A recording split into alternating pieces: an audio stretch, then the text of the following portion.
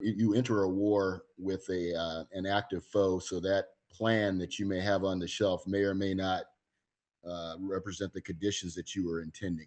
So you could plan to have a war with Iran, but it's based on the intelligence and capabilities that you think that they have, and things that you think that they're going to do. Kind of like the first, several plays of a football game where you scout your opponent, and then you Right. come up, your first 10 or 12 plays, and you think that's what they're going to present, but what they actually present may not represent that, right?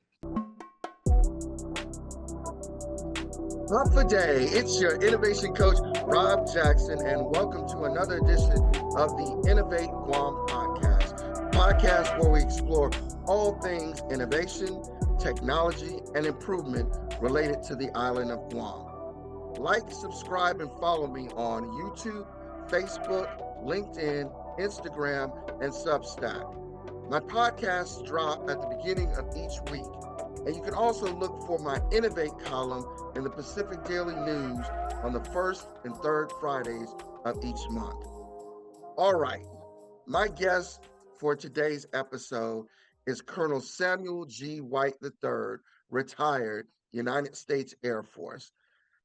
He is a former Air Force officer, command bomber pilot, former Guam operations group commander, former CENTCOM planner, and one of the sharpest air power thinkers I know.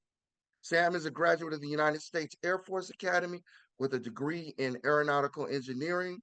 He later earned a master's degree in mechanical engineering from California State University, Fresno, and a second master's degree in systems engineering from the Air Force Institute of Technology. Over the course of a career spanning more than 25 plus years in the United States Air Force, Sam flew the T 37, T 38, B 52, and B 2 Spirit stealth bomber. He was an instructor and evaluator pilot in the B 2 community and later commanded bomber operations at the highest levels.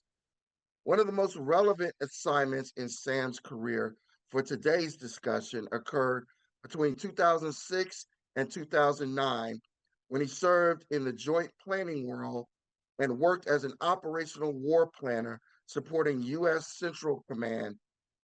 CENTCOM is the combatant command responsible for military operations across the Middle East, including the current airstrikes against Iran.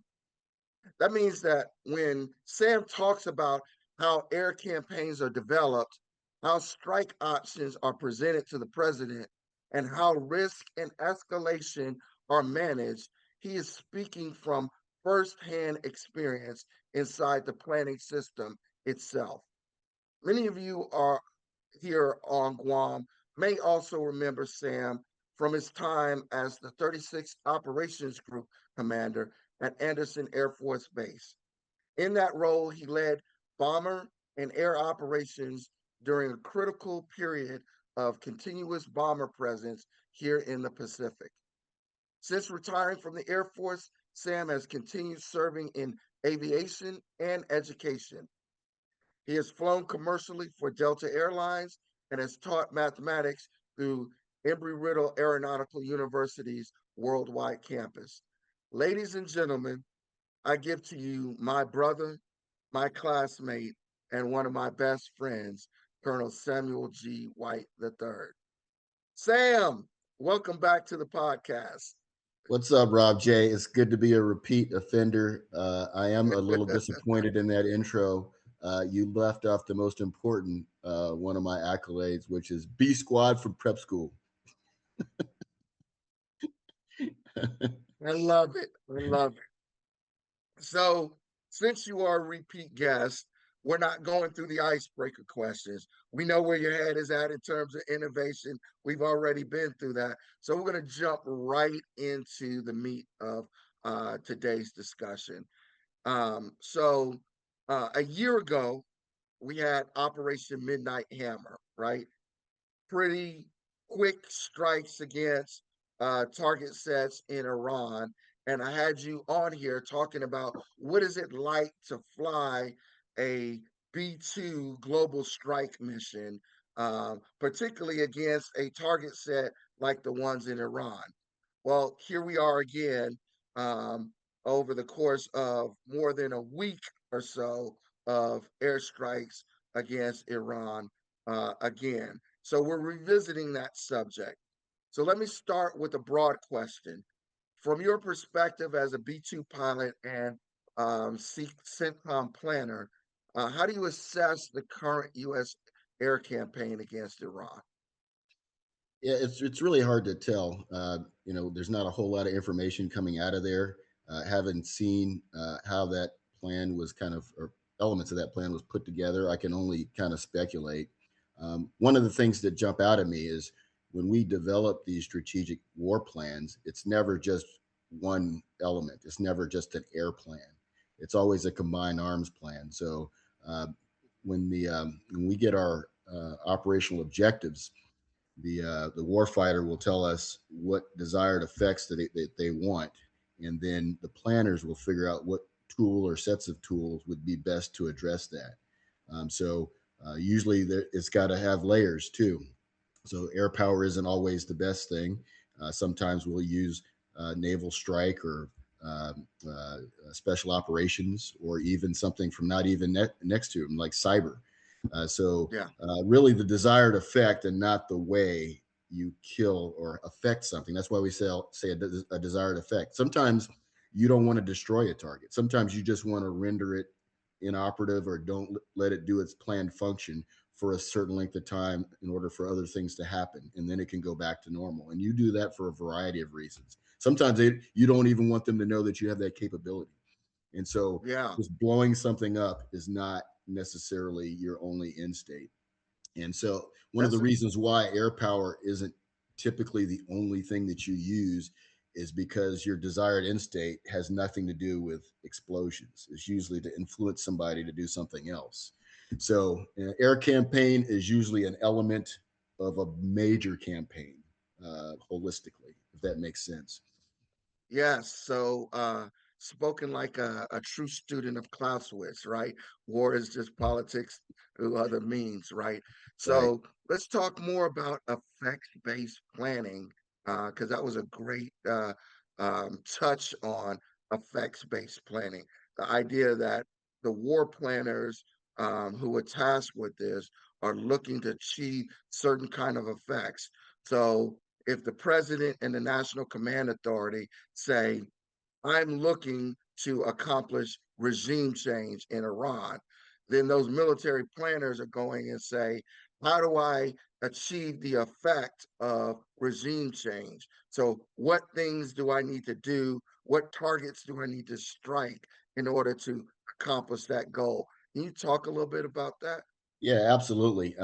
So first of all, as a military planner, when you say regime change, I will say right off the cuff that I have a very minor role in that. And when I was a sitcom planner, we used to have these multifunctional planning teams. So for the military end, it was just all the J's, the intel, the operations, the logistics, the exercises. All those folks work together from each of the services to kind of figure out how we were going to do the military part of a certain plan. Something like regime change, though, we're going to use every other element of power in order to affect that. And again, the military is a very small part of that. Things like diplomacy, information, economic, financial, legal, all those have to come together. And so we would work with our partners, usually in Washington, D.C., from those other agencies, Department of State, USAID, Department of Justice, to kind of figure out, if we want to achieve regime change, what does that look like? Because we've learned over at least 70 years of trying to impact regimes, which most of them, if not all of them, have been unsuccessful. But when you cut off the head of the regime, if you will, that's not the hard part. The hard part is what replaces it. So, Yeah. normally we have a Yes. some sort of organized coalition that we've been trained, that we've already, or at least we cooperate with, and know that we have shared objectives, and then we try to support them. In Afghanistan we had that. In Iraq, we had that. In Libya, we had that.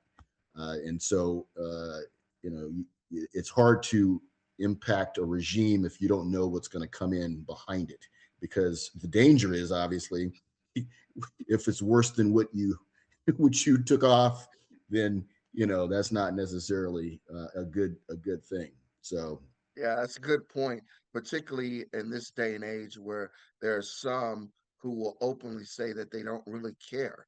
They just want the current one gone, and that's it. Um, but let me ask you another question.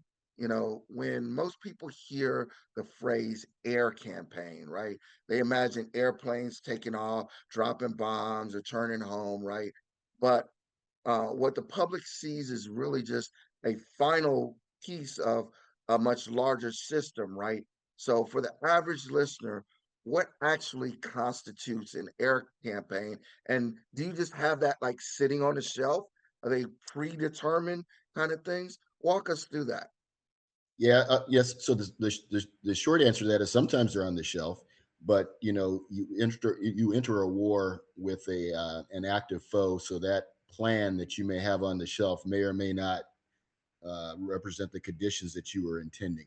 So you could plan to have a war with Iran, but it's based on the intelligence and capabilities that you think that they have, and things that you think that they're going to do. Kind of like the first, several plays of a football game where you scout your opponent, and then you Right. come up, your first 10 or 12 plays, and you think that's what they're going to present, but what they actually present may not represent that, right? And Yes. so when you talk about the air campaign, again, Good even analogy. militarily, that's the small slice of the broader campaign. So um, if you talk about Central Command, so Central Command includes all elements of combat power, right? So it's got the Air Force air campaign, well, I guess including the Navy air power.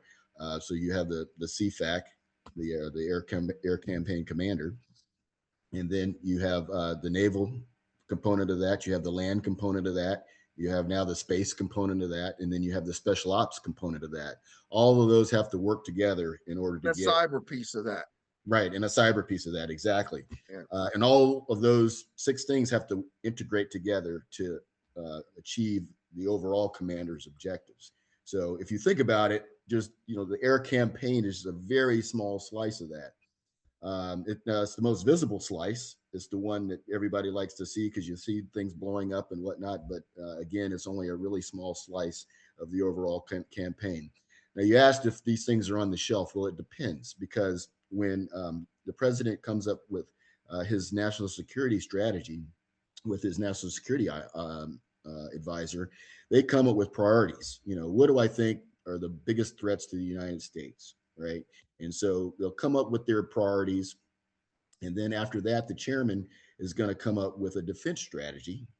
And that's going to put all those. And so the national security strategy is not just for the military. All the elements of the executive branch use that in order to come up with their plans as well, right? And so Right. when the chairman comes up, the secretary of defense comes up with in conjunction with the chairman a defense strategy.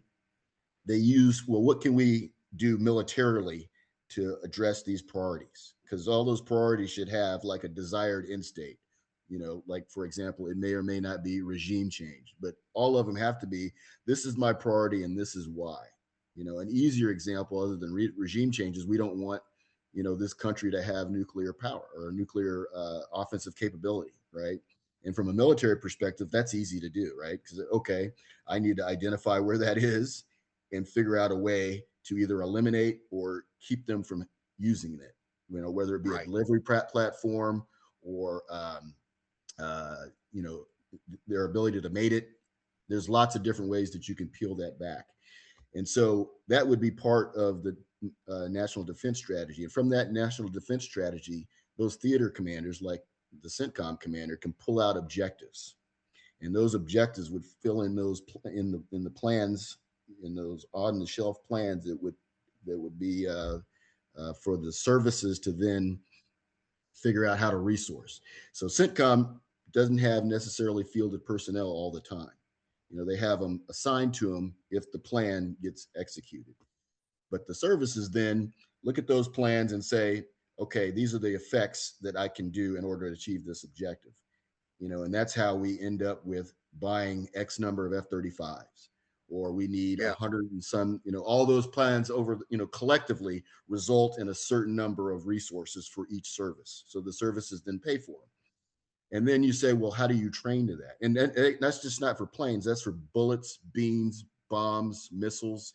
That's how we justify all of those allocations. They're not random. It's based on what the president says is a priority, and it changes every 4 years or so. About every 4 years or so. 5 years. Yeah, because of the quadrennial. Quadrennial defense review. Yeah. And so it's so that what's important about that is these priorities span presidencies. So normally there's not huge changes in these as it goes from president because the threats to our national defense are largely the same, and that inserts stability, in our buying process, because you see how long it takes to acquire a resource like an airplane or something. You can't just decide year to year, well, now I need an F-35, well, now I need this, because it would never be responsive enough to get the resources required. And it goes even further than that. So that'll dictate how many personnel that you need, how many people to fix it, how many people to load it, how many people to fly it. And then it also goes all the way down to their tactics, right? In order to address this threat for this plan, assigned to this priority, I need to be able to kill this type of target. And that's what drives our day-to-day training, and at the service level, they say, well, how many of these bomb runs do you need in order to be proficient at killing this type of target?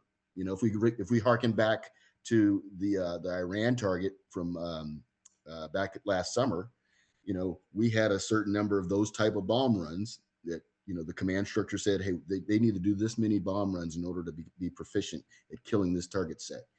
And so if you think about it, that spans all the different effects across all the different platforms, across all the different services. And that's how all that plan goes together, which should show you that the air power piece is just one part, because now we've got a sailor sitting in a submarine, with a surface a missile launch that they can launch, submarine launch missile, SLBM. Yeah, couldn't get it out there, but and it goes down to some rifleman, in an army unit, in an army platoon, he needs to be able to fight whatever that effect is, right? So for a cyber warrior, what programs do I need to be able to offensive or defensively employ in order to get this desired effect? Right. Yeah, that's a great introduction to kind of the national security system. Put that on a hanger, because we're going to come back to that later on in the podcast. Right now, I want to go back to you're in the CENTCOM planning war room, right? Yes. So you're in the war room for right now. Take us through kind of the first steps of understanding your target country, in this case, Iran, as a system, looking at its air defenses, its command and control networks, its airfields, its missile forces, its hardened sites, logistics, communications, etc. What does the intelligence preparation process look like in practice to give people, this is what you should target? Right. So it starts with the priorities and the objectives again. And so we had cross-divisional teams that would take those priorities and objectives and then gather intelligence about the things that you were talking about to kind of figure out what we did and didn't need to do.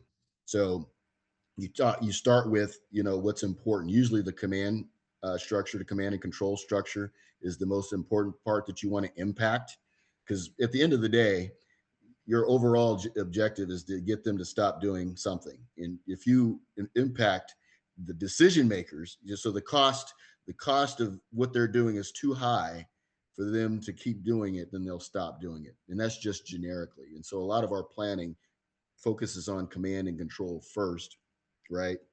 And then the next thing that we try to do is if it's not something that a capability that we're trying to eliminate, whether it be an offensive capability or a nuclear capability. We try to protect our fielded forces, right? So in order for us to impact their offensive capability against potentially our fielded forces, we start looking at rolling back their defense systems, right?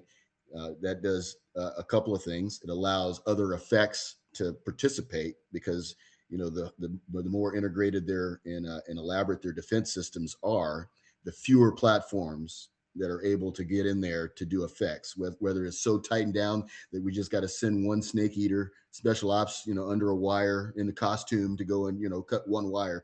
But we start, and then then it goes from that to stealth platforms, low observable platforms, and then start rolling in more and more forces to even maybe boots on the ground. So you need a certain level of freedom of action by rolling back their defenses in order to impact the operation. And then you want to be able to impact their offensive capability, because again, that tells the defense, as long as they have some sort of offensive capability, the decision makers could potentially have options, right? And so you don't want them to have any more options. And so you want their options is to negotiate a peace under terms and conditions of your choosing, right? And so we look at things like that. We look at things like their sustainment. So logistics is important for us to impact effects. And so we look at impacting their logistics as well, because if you could cut them off logistically, even if they had an offensive capability, the residual one, if they don't have a means logistically to project that power, then they don't, they won't be able to do it. And then like informationally or psychology, we used to drop leaflet bombs, the bomb, it's not really a bomb, it's just a casing that's full of messaging to the populist criteria. Get them on your side. Like, look, hey, this will all stop. We know you're being oppressed, or whatever the messaging is. And so we got people that study the populace to kind of figure out what messaging is going to get them to not support the folks that we're trying to impact. And so all those sort of integrate together. And that's just from like an air perspective almost, even though you can use lots of other different elements of power militarily to impact those. Yeah, that's a really great discussion about um, how modern air campaigns aren't simply about destroying individual targets. It's really more about aiming to disrupt systems and impact or influence decision making in your enemy. So you did a really good job of kind of explaining how that's done. So you talked about kind of early priorities, right? And then we'll go back to the Iran example. One of the early priorities would be like suppression of enemy air defenses, um, also known in your community as SEED or DEED, right? Um, why are those missions so critical, and why do they happen usually the first beginning of an airstrike? Yeah, it allows freedom of action for more players. So it allows more forces to get closer to putting effects on the desired targets, and so in air power parlance, we call that air supremacy. Air supremacy is you got freedom of action across the whole AO. Air superiority, you just have like localized, and even for like certain time periods or certain geographic positions, you can just have complete freedom of action. When you have freedom of action, then your intel improves, your logistics improve, not just your targeting, everything improves, because you're not worried as much about defending yourself as it's like a boxer. If the guy can't throw a punch at you, you can throw punches that you're choosing, and so that's sort of what Great we're looking analogy. at. Right. We're not trying Great to fight analogy.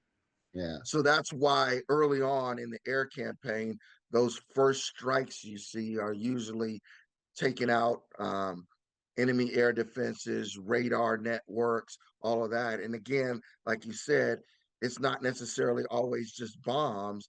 It might be through cyber or computer attack against their radar network to take that radar out so that the aircraft that are coming in to strike other targets can have that freedom of action and not have to worry about getting hit.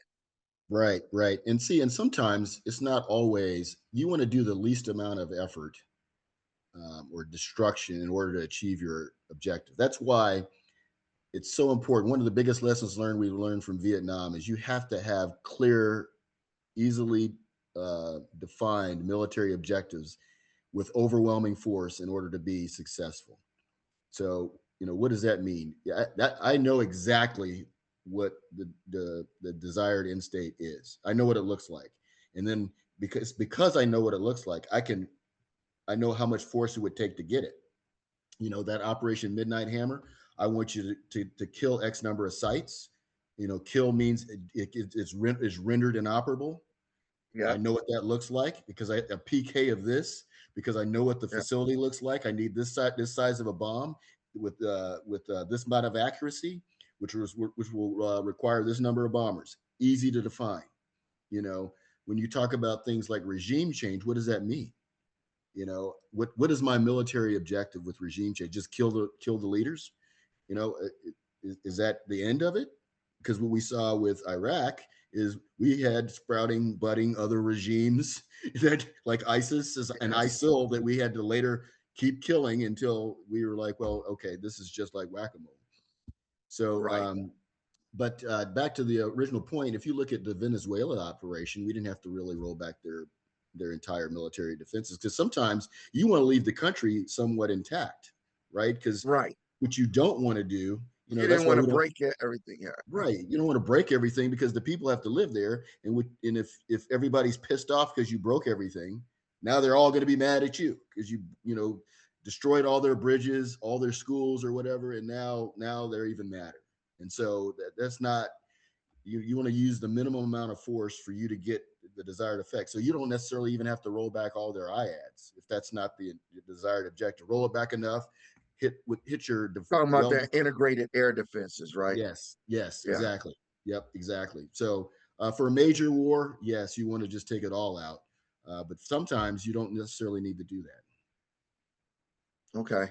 Yeah. So after you do that, early kind of targets are trying to get you so that you take out the defensive, so their defenses, so that you can have freedom of action and you're not worried about getting struck. All right.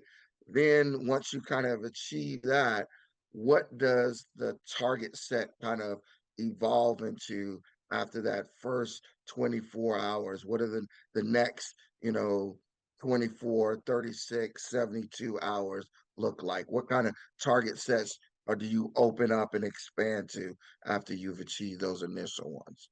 Yeah. So yeah, after you run through your script, the scripted days, however many days or hours your script is going to be. So you're gonna hit your key targets, and and and then kind of see what their reaction is. But then you got to figure out if you got the desired effects. And so in intermediate targets, you've got to assess those to see if you need to hit them again because they may be Mm, key to getting to your ultimate objective. And so we have the air tasking order cycle. Once you get past your kind of your initial playbook to go through that, plan, operate, and then assess and that's a 24 cycle for each one of those. But the assessment piece doesn't necessarily take 24 hours. So if, in other words, if I wanted to hit this critical integrated air defense site, it is not promised that it's going to take me 24 hours to figure out if that works or not. The enemy can get really good with, they know what's important to them, and they know that because it's important to them that it's important to you or us to take it out. So, right. like for They hide it. well, or they hide or they just turn it off, right? Turn it off. Yeah, Right, turn it right, off too. because they Yeah, know that they're trying to kill me, right? And so, do you know it's dead though? So it's really hard to see if you got the desired effect because there's some risk involved, obviously, if it's not and you push forward anyway. So right. that's where sort of the fluidity of the whole planning process is involved.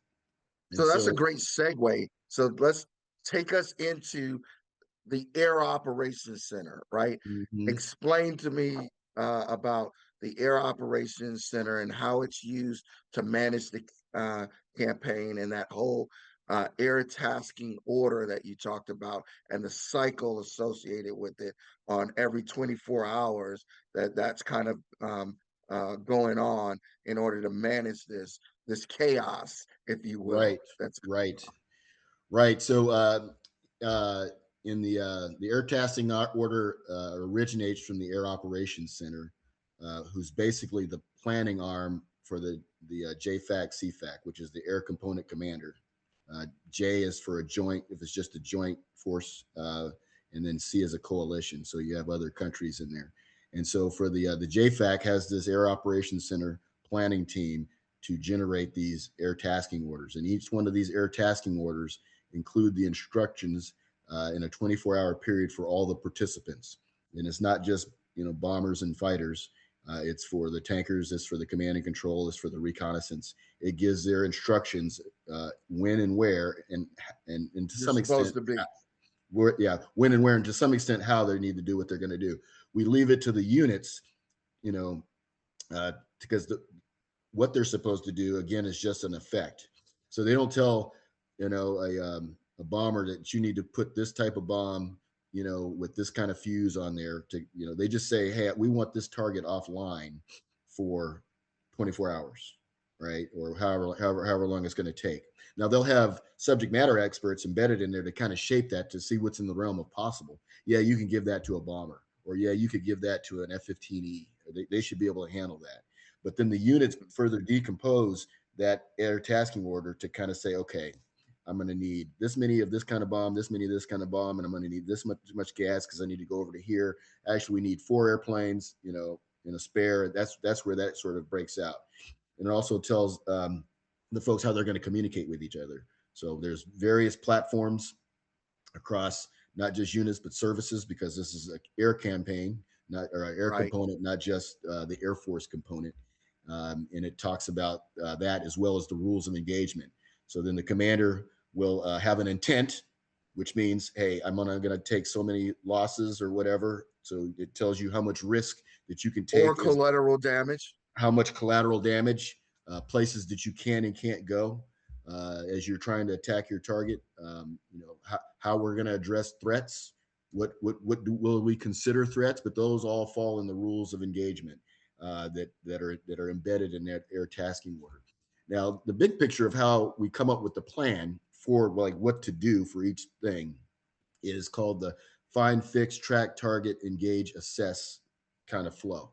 So, in order to find a viable target, we know we got to find where it is because sometimes it moves.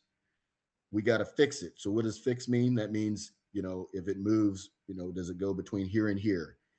Does it, like for an individual, is there a pattern of life, and that kind of, Right. can we ever get a lat long elevation from a bomber perspective of that what we're trying to hit, and then we'll track it over time. Again, the pattern of life thing. Um, Yeah. this missile system typically is set up at site A, B, or C. And it moves every Monday, Wednesday, or Friday, and so we get that tracking thing. And then if it's a movable target all the time, can we still hit it with what we have? Find, fix, track, target. So now that's where we get the lat long elevation, at least from a bomber perspective.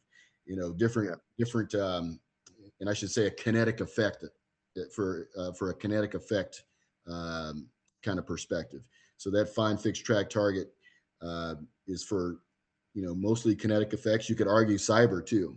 It can use that same sort of kind of cycle in order to engage with its effects. And then you have enough quality in that position. We'll just call it positional because I guess it could be a computer terminal, right? You have enough confidence in that position, in its accuracy and its capability. Is it still doing what it's supposed to be doing? Because we don't want to waste bombs Mm-hmm. on things, even if it's there. If it's not doing what we think it's doing, it's going to waste our time. So then Right. you engage it, and then you assess whether, which is the hardest part, assess whether your effects were effective in achieving the commander's intent. Yeah. Yeah. So let's go back to the Iran example, and let's go into the CENTCOM Air Operations Center, right?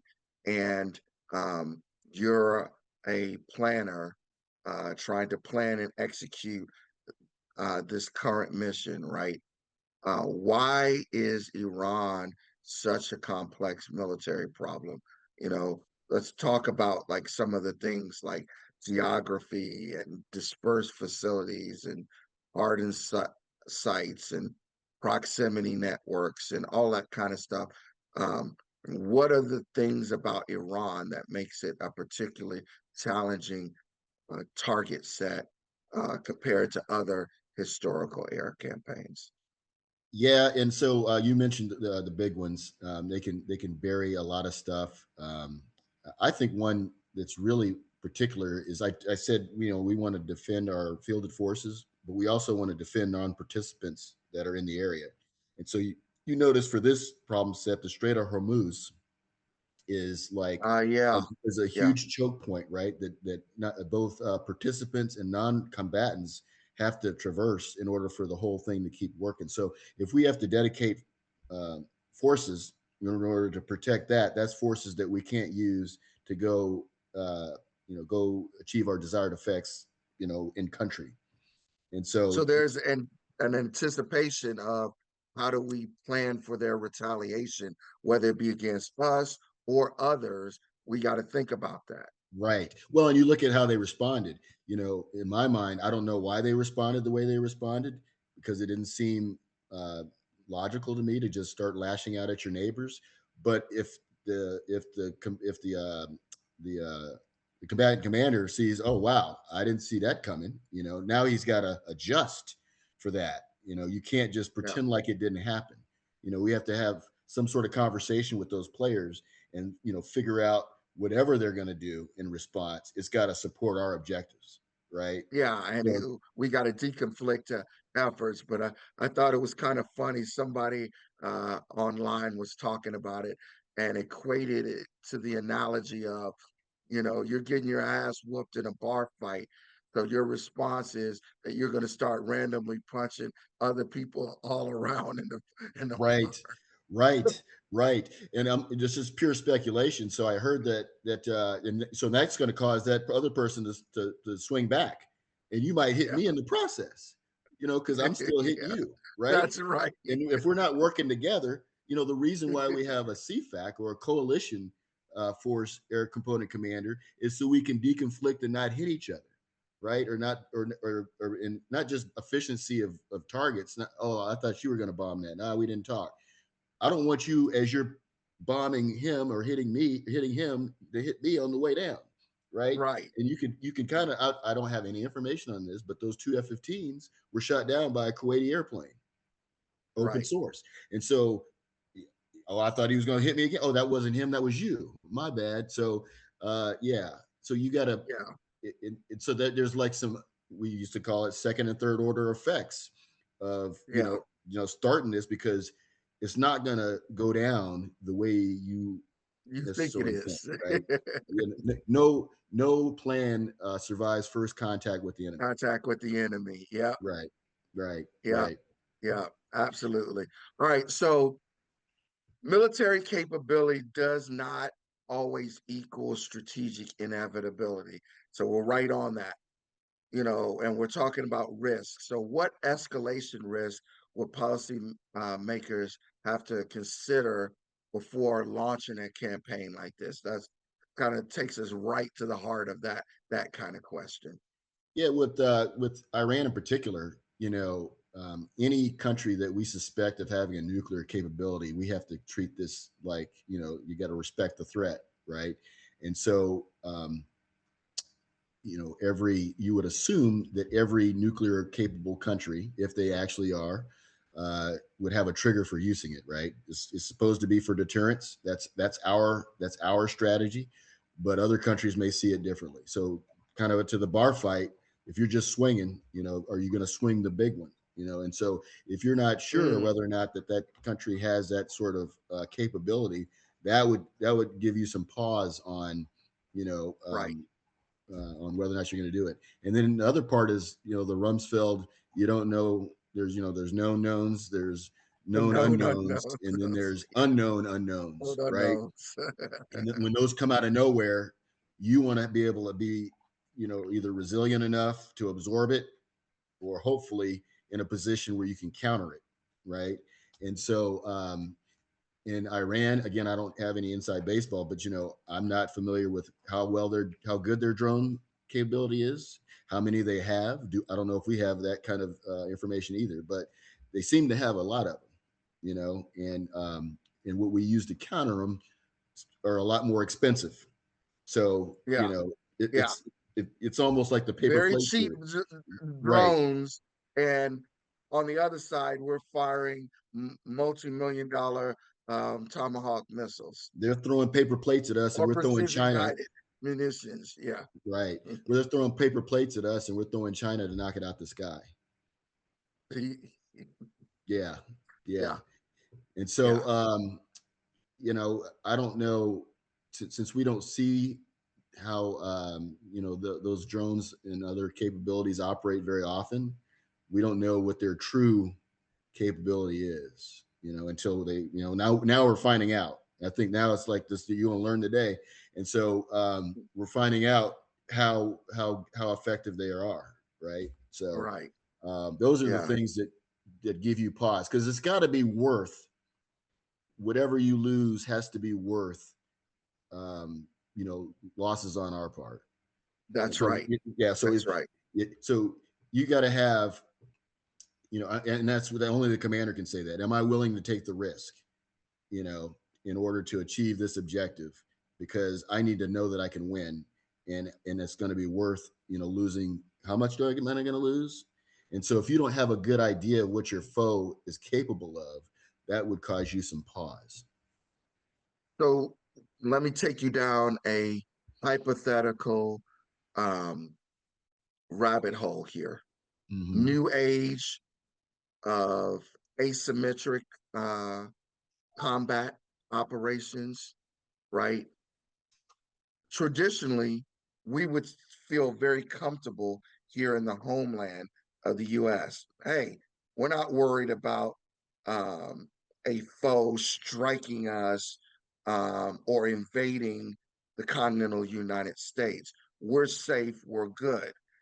But are we now in another era where, because our foes are fighting unconventionally and asymmetric, that they can reach out and touch the homeland as a response through non-conventional kind of means, particularly if you're talking about drones and stuff like that that are not coming in with a whole unit to try to attack you. I got people wearing civilian clothes setting up drones, and all of a sudden they're taking out target sets in the continental United States. Yeah. Again, fiction, hypothetical, but what do Well, you it's not say to that? necessarily hypothetical. I'd say, 9/11 said that they can hit us at home, right? Yes, Yeah. we're in a new era. Yeah, yeah. Well, and I would argue it went back to Vietnam. Why do we leave Vietnam? Because the Vietnamese were in the minds of the American public. They kept seeing those body counts, and we pulled out. We were winning that war tactically, but the North Vietnamese caused us to mentally, that war did not have public support. And so if you don't have public support, that's asymmetrically they achieved their objective. We left, right? We didn't achieve ours. And so and we're not going to have a Red Dawn moment. If you remember that movie where the freaking Yeah, Soviets perished, that's not going to happen. 1980s. We're dating ourselves. Right. That's not likely to happen. But if just like after 9/11, if they were to have like some sort of, let's call it a drone attack, even a Yeah, small scale where it kills a couple hundred, couple thousand people, and they're in the psyche now of the they're in American our, they're public. like, if they could have done that, they can do it. That's exactly what happened to us after 9/11. That's why Yes, that's what brought us all together, though, right? And so they don't have to like take over, Cleveland. I don't know why anybody would do that, but they don't have to take over a city to like establish dominance or get in our head or even just get us to stop. to leave. You know, and Right. my fear is what we've seen in a lot of these insurgency, asymmetric warfare type of things is they have a lot more resolve than you think. You know, our population, you know, they're looking at the microwave. When are we going to be out of here? We'll be out of here in a couple of days. You They're know, looking at gas prices and grocery right, right, prices and how this is affecting that, right. all of that kind of stuff. You know, Yep. and a lot of times our foes are like, my life already I don't care sucks. about that. I don't Yeah. care about any of that. I'll be here all day. You're in my house. You're in my house. So I'll do whatever it takes. And so, and I think a lot of times the American psyche underestimates the power of that. I think the Russians are figuring out that right now with the Ukrainians. They're like, why won't With they the give up? Ukrainians. Yeah. Well, you're in my house. I'm not just going to give you my house. You know, it's where I live. I'll do whatever. So I think yeah, that's why a lot of those things to me are like those are unrealistic objectives. Um, and I think we've learned that lesson a number of times. All right. So I told you to put it on a hanger. We're back to the hanger. Let's broaden the lens to the national security planning system, right? Yeah, So, you know, you kind of touched upon this in your last comment, but I want you to go all the way there. You know, yeah. what happens when strategic ambition exceeds resourcing or planning discipline required to execute it? So that's where prioritization comes in. You know, if you don't have the resources to achieve all those priorities, um, then you got to say, okay, what's the most important? And that's what the national security strategy does. Now, that's informed by the national intelligence estimate. So, you know, you don't just make it up, right? So we have all the smartest intelligence people gather. Hey, boss, I think these are what's going to really threaten U.S. security and why. Um, Now, once you come up with that plan, if you lack planning discipline, it puts those other plans at risk. So if you start wandering, you have mission creep and start doing things that aren't part of the objectives, then it's going to require more resources. And because of what I told you at the very beginning, those resources are specifically put out to different things. And you're in the I got to rob Peter to pay Paul type of thing. You know, Right. I wasn't on the planning team in 1998, but as a just a regular line guy, I didn't see the Kosovo War or Allied force on the horizon. And if that wasn't one of the plans, if that wasn't one of the Slobodan, the elimination of Slobodan Milosevic wasn't on the docket, all those resources were likely they're just not sitting around waiting to be used. They're specifically designed to address certain situations and objectives. Yeah. So that's like one of the concerns that some professional military folks are calling out right now, that last year, when it was Operation Midnight Hammer, we depleted about 25% of the stock of our interceptor missiles and um, tomahawks. And then now going in, people are concerned about kind of the levels and the stockpiles of our munitions, particularly precision guided munitions and um, interceptors and tomahawks and all of that kind of stuff like that. Because there wasn't put in extra, even though there was more money put into the defense budget, that was put in and earmarked for specific things. So it's not like extra money sitting around to now make up for that. You Right, now have to rob Peter to pay Paul from other areas where you're going to have to take other kind of risks, whether that be the Pacific, whether that be wherever, right? right, right, and it might warrant it. You know, that's why you get paid the big bucks as the leader. It might warrant it, Correct. but you There's will take nothing is ever perfect. nothing is ever perfect. Yeah. Sometimes a threat will come out of the blue that warrants you using that, but you have to do that deliberately and knowing that you're going to accept risk because it's not just with resources, it's also with training. So while you got your Yes. forces committed to doing this operation, they're not practicing to do those other Training. Yeah. things. Yeah. So it better be what you're planning on doing. Otherwise, you're like you said, you're going to have risk in several areas. Yeah, you got to make a deliberate decision-making process, which then brings me to the number two concern that a lot of professional military types point out right now.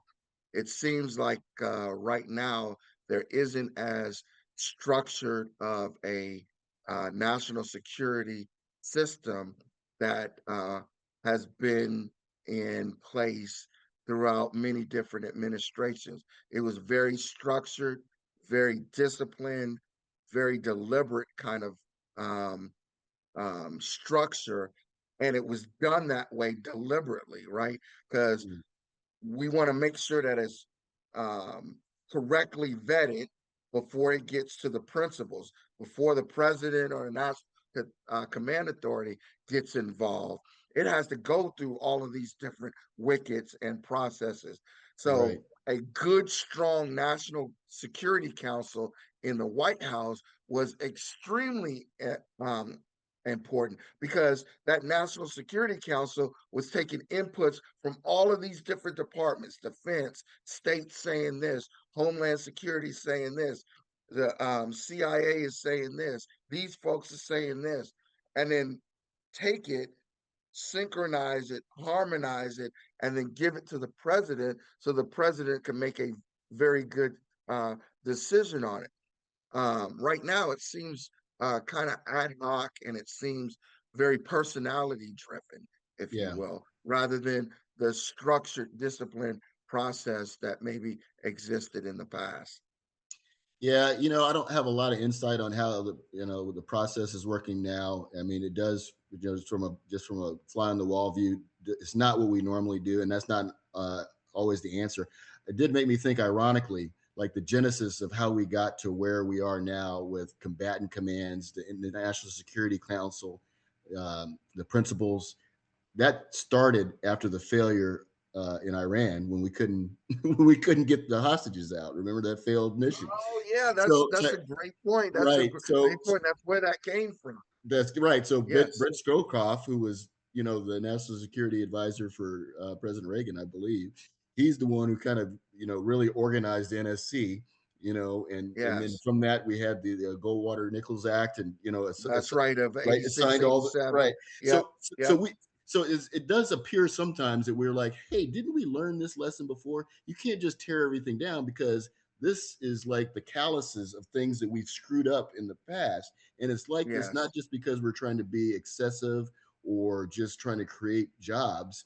It's because we need some layers in order to protect ourselves from making stupid decisions, or making sure that we make the best decision. I should say it like that, Best decisions. because Yeah, most of these yeah. guys don't have bad intentions. I don't think any of them do, but they're not Correct. just they're not necessarily equipped to do that. And so, like, when I look at the structure now, only one really kind of stands out. But, like, when the national security advisor is also the Department of State, uh, Yes. you're like, well, you How know can that happen in a national security when, by definition, the national security advisor is supposed to be harmonizing all of exactly, the that's a different big role. inputs? How can he also be wearing the hat as Secretary of State? It And seems so he's weird. harmonizing all those inputs, one of which is his.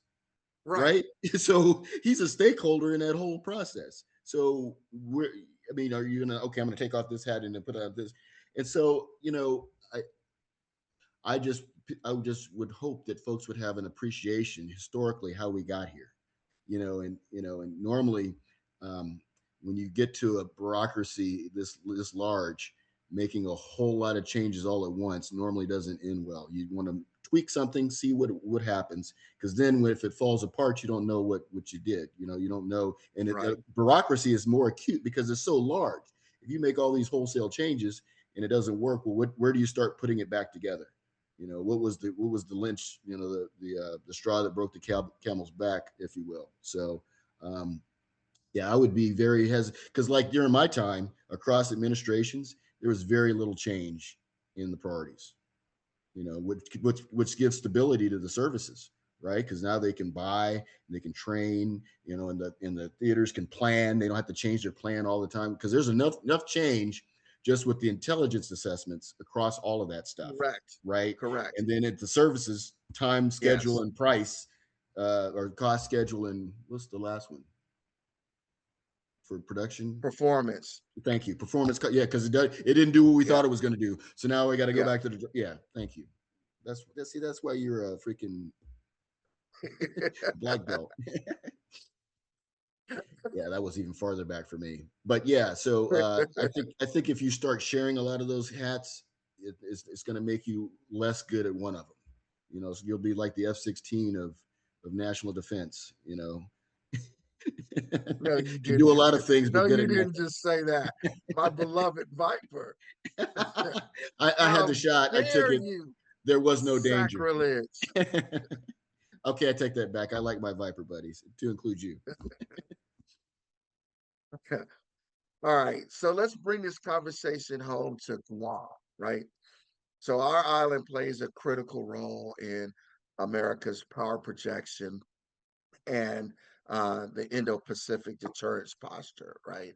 So, from your perspective as a former commander at Andersen Air Force Base, what should people here understand about Guam's importance in national security and some of those lessons of what we're seeing over in the Middle East about um, planning systems to then apply to over here in Indo-Pacific theater? Yeah, and so the lack of space is at least um, naval wise, sea wise, is what the big challenge is in Iran. The abundance of space is what the challenge is in the Pacific, and so Mm, you have to be able to plan almost autonomously sometimes, because you're not guaranteed comms, you're not guaranteed freedom of action all the time. And so you need to have really good mission type specific orders so you can, be cut off for an undetermined amount of time and still get your, do your job. So to me, that's the biggest thing for just the Pacific in general, and for Guam specifically, the logistics support that's required to keep an operation going, is not the same as like the Middle East. Again, the tyranny of distance comes into play. Even communicating those requirements is more challenging, even in a cyber age. The time zone difference. You gotta adjust to the theater that you're at. I mean, even Guam can be yeah. several time zones for what they're trying to impact. Not not Yes. not right exactly where they are. So the tyranny of distance in Guam makes that logistically and operationally a lot more challenging. And so that was a lot of the things that I tried to work on when I was there, is like, what's the worst thing that can happen? How could I operate? What kind of information would I need from my commander to like do my job and not talk to him for a long time, a day, a week? you know is that possible? That's the way they used to do it in World War II, man. You'd send a commander out with his thing, and I said, at the end of the day, I want you to do this, this, and this, and you have this time frame to do it in. you know and Go obviously, forth and conquer. right, go forth and conquer. And because we are so over reliant on real-time information, and getting it, start with the predator feed, and the general is in the predator, looking at it. We would never have a senior leader doing that, because that's way at the weeds of the tactical stuff, right? He's planning for tomorrow and the next day and the next day. Now you got it in the situation of the room of the White House. Right, They're watching the right, feed. Yeah. right. And so that becomes your crack. And so when you get addicted to it and it goes away, then what? You're like, wait, how am I supposed to make a decision? Well, you need to be thinking, we have to train. You remember when we did red flag exercises? We have the old general, retired general, to be like the CFAC, and Yeah. he helped us think, not just for the moment, but he would give us that long term perspective that a CFAC should give, when prosecuting a war. And that was on purpose, because it brought back. It wasn't a current person. It was somebody that was older, and it wasn't just because of availability. It was for perspective, I think. And so Yes. we got to keep that mindset going. Yeah. Yes. Yes. And uh, I loved how you phrased that about the tyranny of distance and um, you know, What you didn't say was um, um, contested logistics, but all of that makes a national security case about the importance of Guam and Micronesia and why we really need to develop ourselves as this sustainment hub that can um, really provide world-class sustainment services and a readiness posture to all of the forces that flow through here, whether they be maritime forces, um, air forces, or even land forces, because it's needed in order to execute um, our national security goals, not just because it's good for Guam's economy.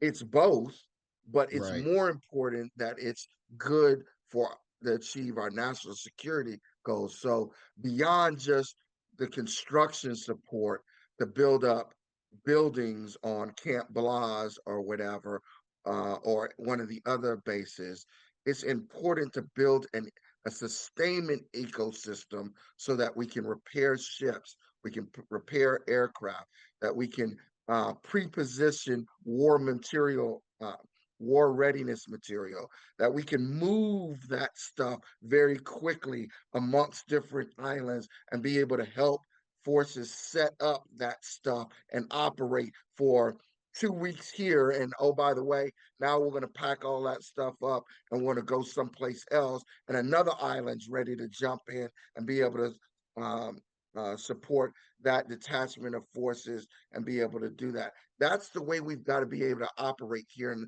the Pacific. So not just Guam, but all of the different outer islands have a play in this. And you don't get that like once the fighting starts. That's something that's intentional and it's built over years. I would even say decades.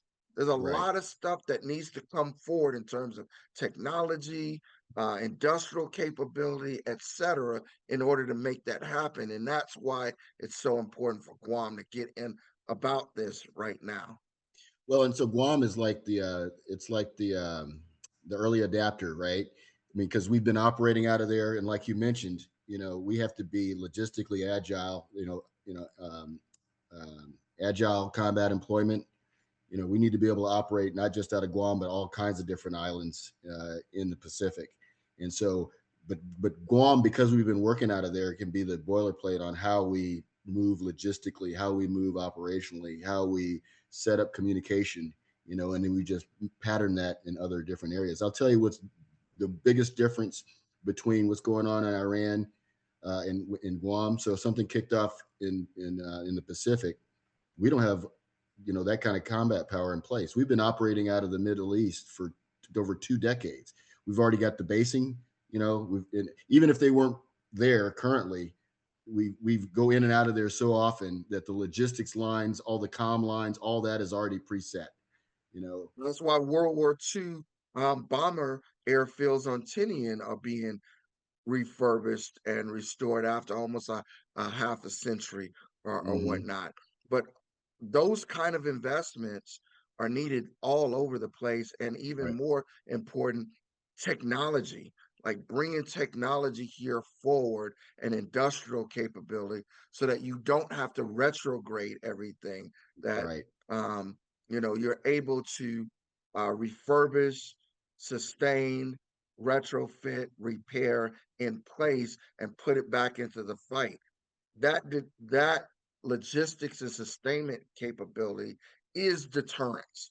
Right. That is deterrence. Your ability to be able to do that, because without it, and you have to rely on just retrograde, that is going to exhaust you, and your enemy knows that Right. it's going to Exactly. exhaust you. Yeah. Exactly. Exactly. Exactly. So, what things would you do intentionally or do different if you were sitting in the Indo-PACOM AOC and you were doing a conflict out of this theater? What things would be on your radar scope in terms of putting together that plan? Yeah. So, you know, without getting into classified right. information. My information and my information would be dated too, but we know who the usual suspects are. Yes. I would, because of those usual suspects, I would want partners to help because of the amount of distance you got to cover, the amount of capability that you'd have to address. We need to work on our partnerships, whether it be with the Japanese, the South Koreans, the Australians, New Zealanders, the Philippines, yep, Singapore, yep, Taiwan, all those partners. We have more bilateral relationships in the Pacific than we have anywhere else in the world, 7, if I remember right. But those partnerships are important, so we don't have to feel the whole weight of whatever happens. And so what does that mean? When we practice this, we have to plan, execute, and assess together. We have to do that ATO cycle together. So we don't want to start building relationships, while people are wiping blood off their floor. We want to be able to build those relationships, figure out how we communicate now. So that would, my priority would be, practicing with our partners from all services. Yeah. Okay. Well, Sam, thank you for another outstanding conversation. Do you have any words of wisdom for the audience before we go? And in addition to words of wisdom, if anybody wants to reach out and contact you, are you willing to share how they can get a hold of you? Yeah, absolutely. Words of wisdom. I don't think I've ever said. You've known me long enough to know that I haven't said anything intelligent in a long time, but at least wise. But I like innovation. I think if we were to do anything going forward, you have to innovate. You have to always kind of reinvent yourself, rethink the way you do things. That's how we've stayed dominant militarily, how we've stayed dominant as an Air Force, as a nation. And so even anywhere in your life, if you're not reinventing yourself, innovating what you're doing, trying to find a better way, continue to learn and grow, you're gonna retrograde, right? So that's what I try to do. And if anybody does want to get in contact me, my email address is sam at Redtail Academy. All lowercase, all one word, .org. And Redtail is after the famous Tuskegee Airmen of World War II. And unfortunately, we're about to the last of them. But we named our that whole group of heroes. Like you said, we're on about the last of them.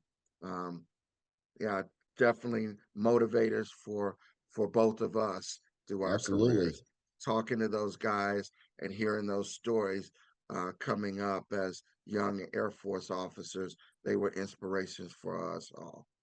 And I'll tell you why they were inspirational to me specifically is, especially in this current climate, they never complained about how they were treated. They just wanted a shot to show how good they are, and and I think that's really what we're trying to do. That's the intent is, I don't really care how you feel. Nobody cares how you feel.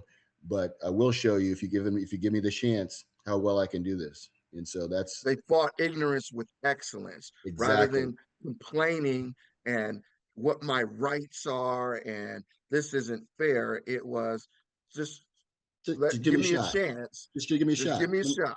Give me a shot. Let's see how it works out. Let's see how it works out. Yeah. You're gonna learn today. Yeah. I love it.